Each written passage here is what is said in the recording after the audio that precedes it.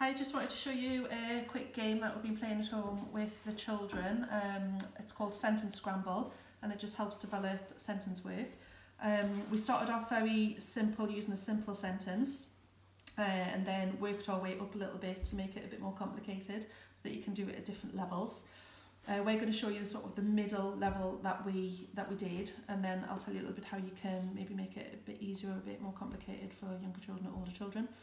So what I asked the children to do was write a sentence, and I asked them to write a compound sentence. So that's a sentence with two main clauses that would make sense on their own, but joined together with a coordinating conjunction. Now Anna's got quite a good way of remembering her coordinating conjunctions. This is fine, boys. It's for and, nor, but, or, yet, so. These are all conjunctions that you might use in the middle of a sentence to add two main clauses together.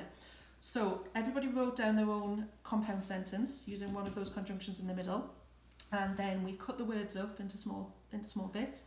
We passed them on to the next person, and then we had a little bit of competition to see who could put their sentence together the quickest. So we're going to read out the sentence that we put together. I got Daniel's, and it says, "The dog barked and the cat ran away." Okay, Anna? Grace went to the park and she played with her friends. Daniel?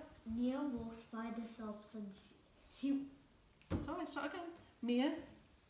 Mia walked by the shops and she thought about buying a scarf. Well done.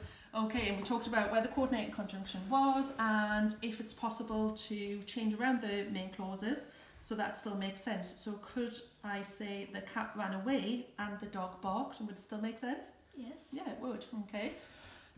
So that's sort of how to play the game. You can make that a little bit easier, can't you, by using just a simple sentence. So you could take that bit away and just have the dog bark. So for younger children, you could just make it very, very simple sentence with one main clause. But if you want to make it harder, we did try this as well. You can make a complex sentence. So for a complex sentence, we talked about using a subordinate clause. So a clause that wouldn't make sense on its own. It needs the main clause of the sentence to sort of hold it up and make sure it makes sense. So we did that one as well. And in your subordinate clause, you will need to start with a subordinating conjunction.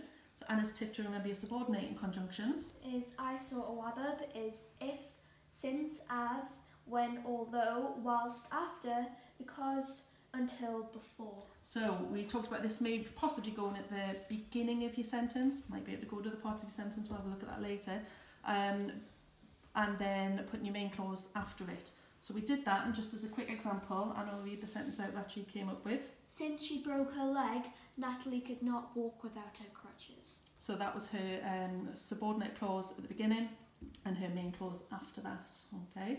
And then we also just talked about if you want to make it even more complicated and take it to the next level, you could do something called a compound complex sentence and add a coordinating conjunction onto the end of there with another main clause. Yeah, so it could possibly be, since she broke her leg, Natalie could not walk without her crutches, so she had to carry them around all day. there you go. Okay. I'm going to put this game on the website with some information, like a little information poster, and some of those explanations if it's something you would like to have a go at playing at home with your own children. Okay, thank you. Bye.